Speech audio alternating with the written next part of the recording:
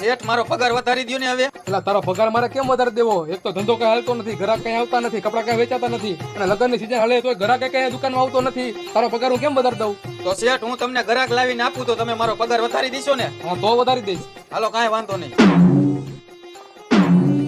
આ ક્યાં ગયું હે આવડવા? બોલો બોલો ભાઈ, શું બતાવો? એકાદી હારા માયલી શર્ટ પેન્ટ ની જોડી બતાવો ને. હાલો બતાવી દો ભાઈ.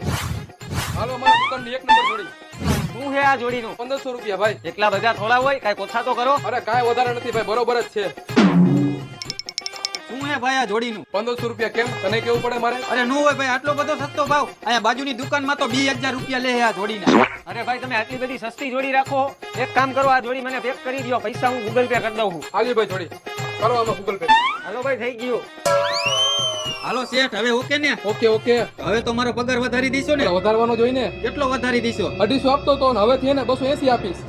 નથી કરવું મારે કામ. તો ઘર ભેગો થા.